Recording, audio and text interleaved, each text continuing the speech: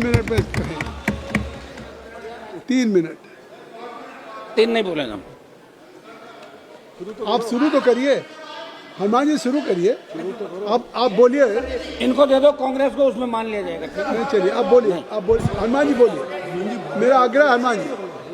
Sir आपसे सुनिए मेरी बात, रात को 12-12 बजे तक हम बैठ के और आपका कोरम पूरा करते हैं, और आप 3 मिनट, 5 मिनट, 8 मिनट। आप चलिए बोलिए, आप बोलिए। और जो लोग इस आंदोलन से सीधे जुड़े हुए हैं, जो जंतर मंतर भी गए, खाली रील बनाने के लिए नहीं आए थे हम इसके अंदर, जंतर मंतर पे थे, यहाँ पे थे, वहां पे थे, सब जगह तमाम जगह लड़ाई लड़ी। तो आपको कम से कम जो नौजवान नेता सड़क से लेकर सदन तक लड़ता है उसको टाइम देना चाहिए। आपसे हम उम्मीद करते हैं कि आप एक दिन के मुख्यमंत्री रहे थे, तब आपने अच्छी व्यवस्था कराई उत्तर प्रदेश में। सर वो मूवी आई थी ना, नायक मूवी। अरे आप नायक मूवी जो आप पे बनी थी। हाँ सर, आप बोले तो आप चालू तो करना है साहब, आप पहले डिस्टर्ब कर देते। सबसे पहले मैं धन्यवाद दूंगा आपको सर। ये लोक परीक्षा संशोधन विधेयक 2026 की जो चर्चा हो रही है, पूरा देश स्तब्ध था जब नीट का पेपर दूसरी साल लगातार लीक हुआ। और मैं सबसे पहले मेरे उन 20 छोटे भाइयों को, बहनों को श्रद्धांजलि अर्पित करूंगा जिन्होंने नीट पेपर लीक की वजह से आत्महत्या की।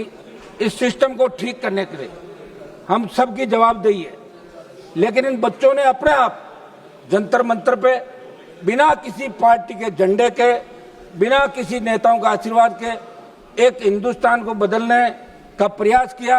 मैं स्वयं मौके पे गया था सभापति जी, राजस्थान के अंदर भी बहुत से प्रदर्शन हुए। और पेपर लीक की घटनाएं चाहे किसी भी सरकार के समय रही, चाहे किसी भी राज्य के अंदर रही, हम सबकी जिम्मेदारी बनती है कि पेपर लीक नहीं होने चाहिए।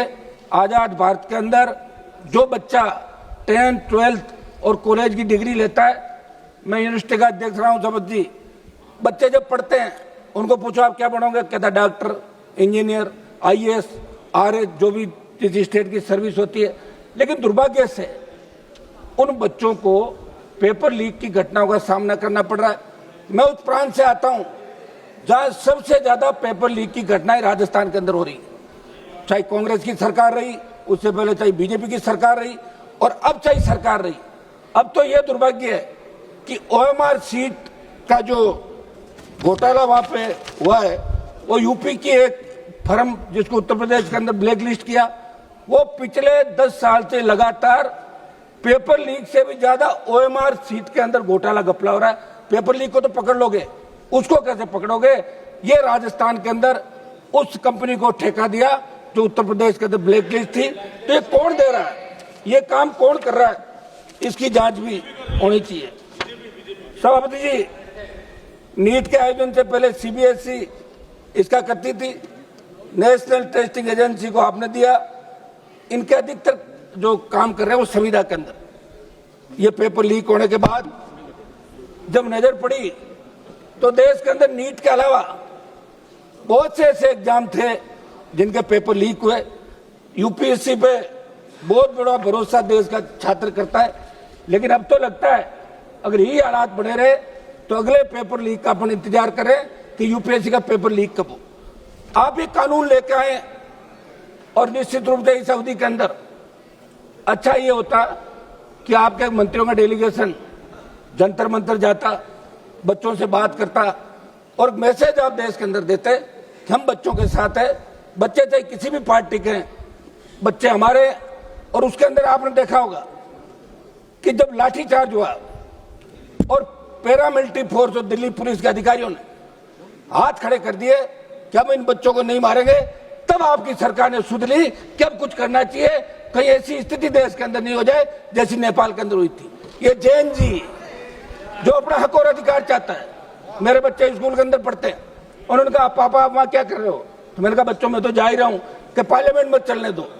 मैं हमारी जो इंडिया अलायंस है, इन तमाम पार्टियों की इस बात का धन्यवाद दूंगा कि इसके अंदर इंडिया अलायंस की सारी पार्टियां एक साथ दिखी, विरोध किया, और विरोध का ही परिणाम था कि सरकार तीसरी बार झुकी। किसान आंदोलन में भी आपने जिद की थी। 700 किसानों की शहादत के बाद आप लोग बेक हुए। आपने अपने सारे सांसद जो बीजेपी के थे, मंत्री थे, इनसे लिखा कि बिल बहुत अच्छे हैं, और फिर अचानक प्रधानमंत्री जी ने बिल वापस लिया। एक सांसद हमारे यहीं बैठे हैं, उनको पता कितनी स्थिति बाद में गुजरना पड़ा। सर, हमारा आग्रह अध्यक्ष जी आ गए सीट पे, अध्यक्ष महोदय, इसके अंदर हमारा कुछ सुझाव है।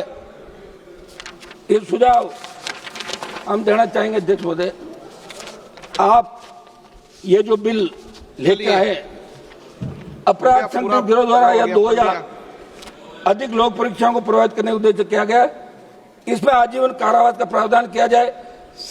तो एक मिनट, 2 सिद्ध व्यक्ति आजीवन किसी भी लोक परीक्षा, सरकारी भर्ती, सरकारी सेवा, शासकीय उपलब्धता, सरकारी सुविधा में भाग लेने के अयोग्य, अन्वेषण की संपूर्ण कार्रवाई को डिजिटल वीडियो रिकॉर्डिंग की जाए तथा उसकी निगरानी संबंधित उच्च न्यायालय द्वारा नामित न्यायाधीश से करवाने का प्रावधान इसके अंदर रखा जाए।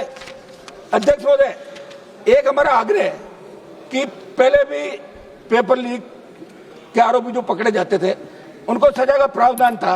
अब आपने इसमें सजा बढ़ाई, जुर्माना बढ़ाया, लेकिन जो पेपर लीक गिरोह है उसके लिए 10 करोड़ 1 करोड़ रुपए देना बड़ी बात नहीं है।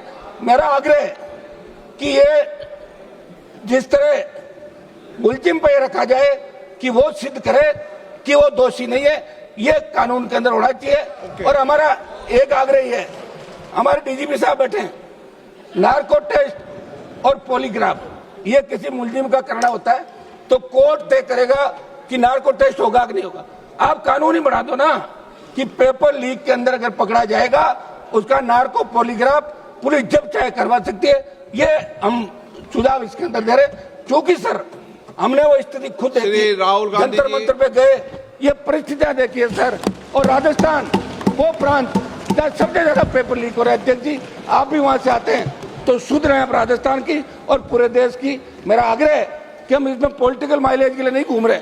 हमने कई लोगों को देखा जो पॉलिटिकल